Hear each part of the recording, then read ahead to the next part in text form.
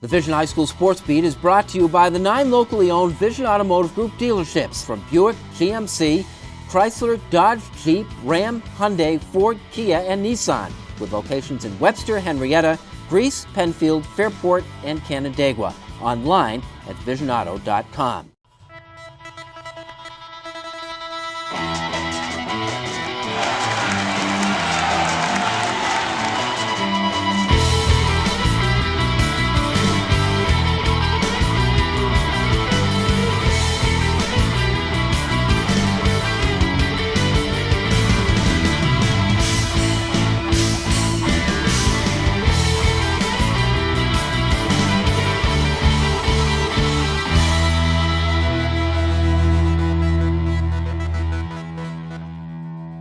Hi everyone, and thanks for joining us for the Vision Automotive Group's High School Sports Beat. I'm Bill Pucko. We're on location at Vision Ford on the West Ridge Road.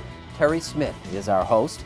This is part 2 of our wrap-up of the winter sports season, and we begin this one at North Star Christian Academy, where Mary Roberts was playing for keeps.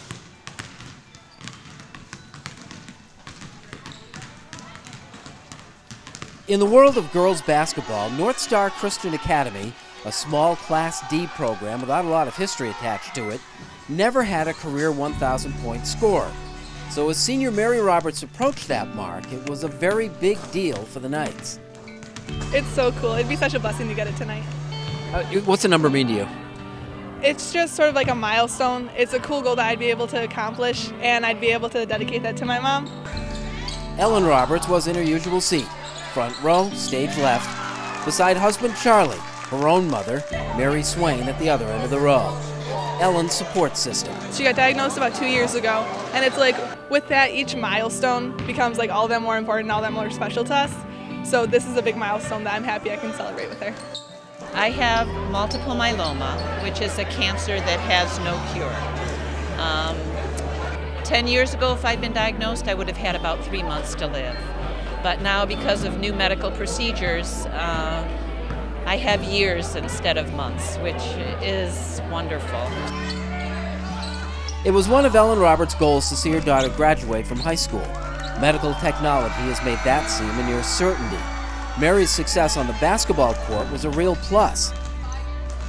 I think one of the first times I came out after my surgeries with my cancer was to one of Mary's games. And I remember I couldn't sit on the bleacher, but they finagled it around so that I could raise my leg because I had surgery on my leg. So, yeah, it's been a motivation. It's a very strong family. That's one of the things that we know, and we probably gain strength through them than them gaining strength through us. Mary averages 24 points per game for North Star. She came into the night showdown with unbeaten Lima Christian, needing 20 to reach the 1,000 career point mark. She got 5 in the first quarter, 6 in the second, and sealed the deal by scoring 10 points in the third quarter.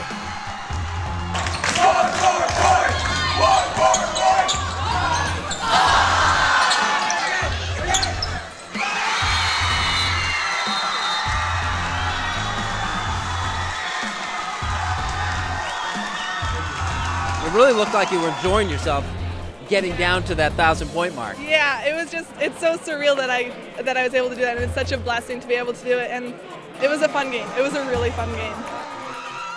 I was just relieved, to tell you the truth. I was hoping that it would be today when everybody was here and it was homecoming and everything, so. And you got to come out onto the court and there were hugs all around. Yeah, it was wonderful. It was wonderful. She's worked hard. And Mary wasn't done. The game, which North Star appeared to have in hand with a 12-point lead, slipped away in the fourth quarter. Roberts had the ball with the game tied and 20 seconds left.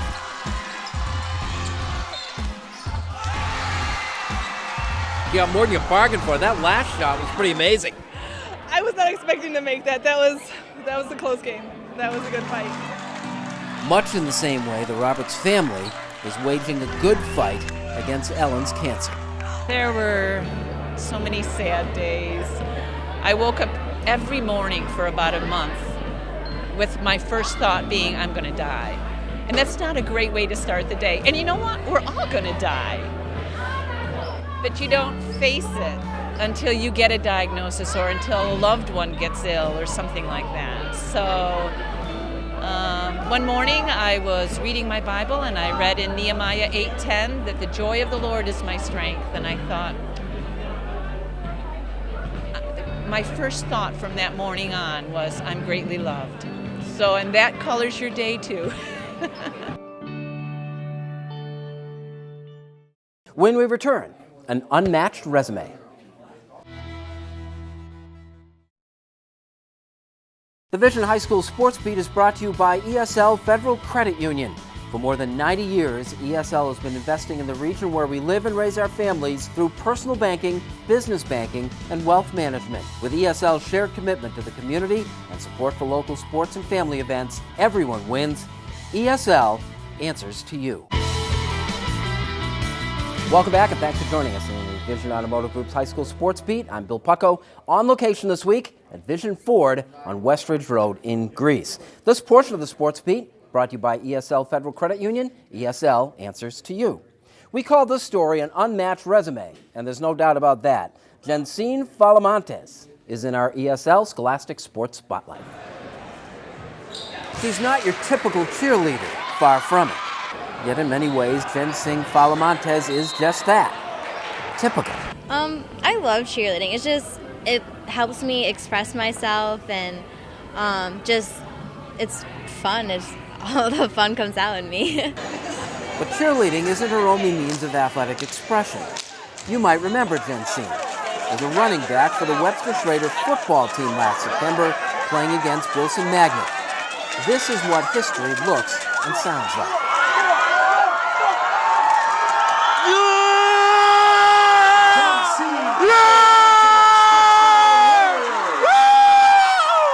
What was the moment like when she got that touchdown last year? The touchdown last year? If you listen one to the videos, you'll hear somebody screaming like a crazy maniac. That was me.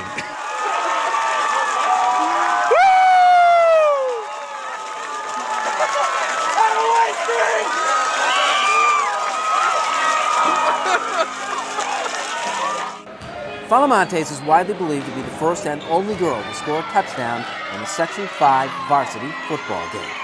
Well, I was really excited and I was a little nervous, but I was just doing my best and I just went for it, so yeah. When was it that you realized that there was a significance to having scored that touchdown? I didn't really know it was like that big of a deal until everyone's like, you know, you're the first girl that scored in Section 5, and I was like, oh, I didn't know.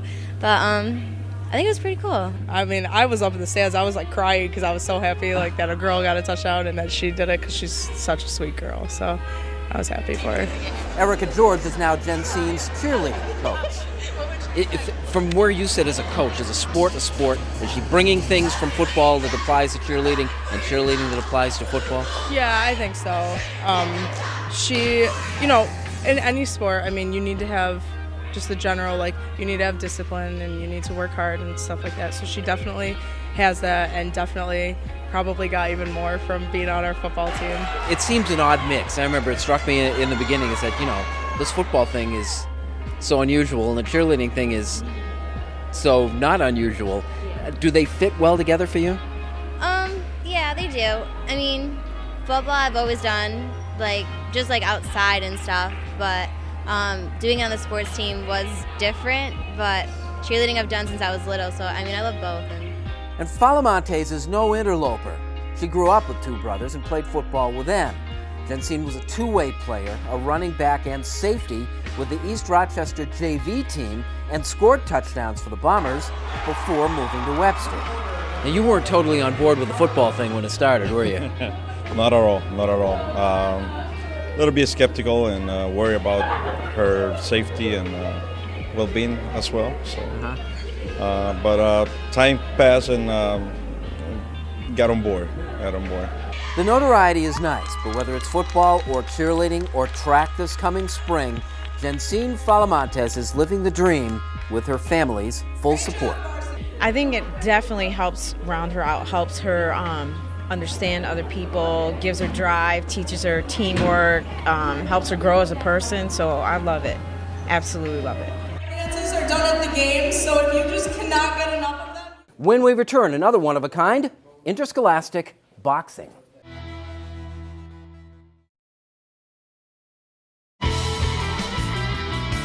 Welcome back to the Vision Automotive Group's High School Sports Beat. I'm Bill Pucko. On location this week, we're at Vision Ford on the West Ridge Road in Greece. We're looking back at some of our favorite stories from the winter sports scene. A recurring favorite are the mission bouts. Dan Fates has our story from Aquinas. 1932. That's when it all began. It's tradition here, the 82nd consecutive mission bouts. To say it's a one-of-a-kind event is an understatement. Aquinas is one of only 2 high school teams in the country to have a boxing team. Tonight, 11 matches were set on the card. What is this year like? What makes this year a little bit different? We have a younger group of kids this year, so we, with the 7th and 8th grade kids, and then there's also a big group of freshmen. Typically we have a lot of junior, senior leadership, but it's up to the younger kids to lead this year. Well, it's always been a big event. A lot of people come to support it because it's just a tradition at the school, and the kids fight their hearts out with their best of friends going in, but they fight like hell when they're in there, and their best of friends coming out. 2 first-time fighters started out the night in the junior welterweight class as Ian Haley and Sam Leonardo faced each other. I'm just anxious. I just want to get it over with and just chill. I'm just nervous because I had 3 brothers here and they all were amazing. And I don't know, I just kind of want to win the fight and get it over with. You're fighting another 7th grader. Do you guys train together? Yeah, a little bit. We trained. Very nice kid, Sam. He helped me a lot. Is it weird now to have to fight him? Yeah, very weird. We sparred since the beginning, so it'll be fun. While they may have been nervous, there was no shortage of punches thrown. Haley won in a split decision. For Sam Leonardo, it was just a first step inside the ring in his boxing career. Leonardo took home the first ever junior high fighter of the night. What was it like seeing your younger brother box?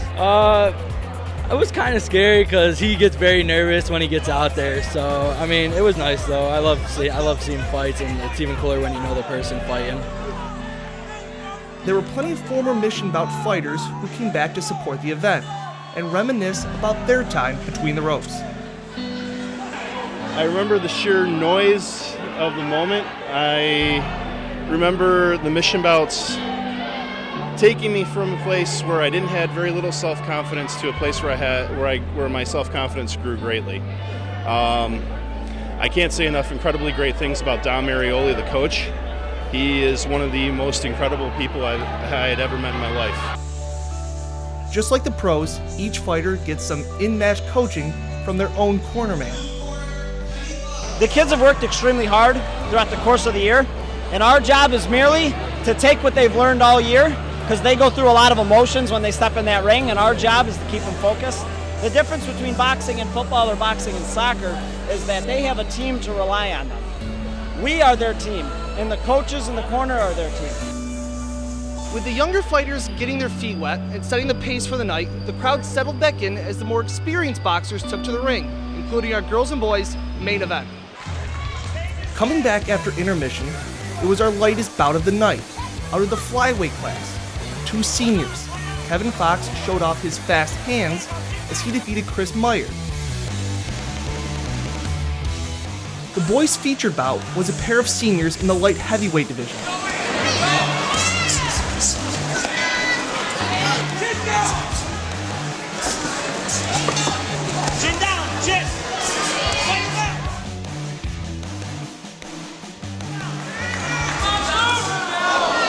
Dan Ketterer got the decision over Ian Reynolds. Ketterer was given the honor of Fighter of the Night. It's a real good honor. I worked hard for it, and I think I deserved it. What is this whole experience, all the years that you fought, what is that like? It's an amazing feeling to work with different kids, inspire the people, and have fun. The girls' main event featured 2 3-time fighters. 12th grader Amanda Cook going toe-to-toe with 11th grader Sabrina Bazil. We got senior Amanda Cook. It's so exciting. I just like the crowds of people that come together to watch you spar. And the fact that you've been working for it all season, it just makes it so amazing.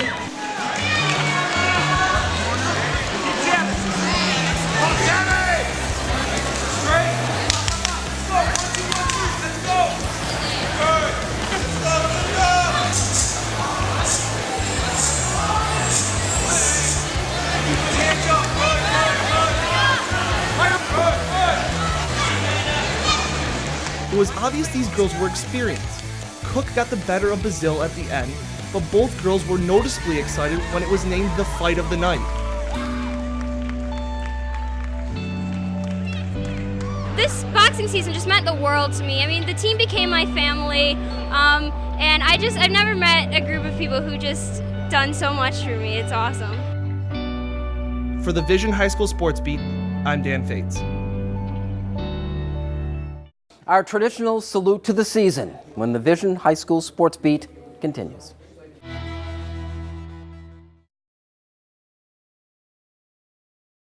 Beat is brought to you by Celino and Barnes. Car accident?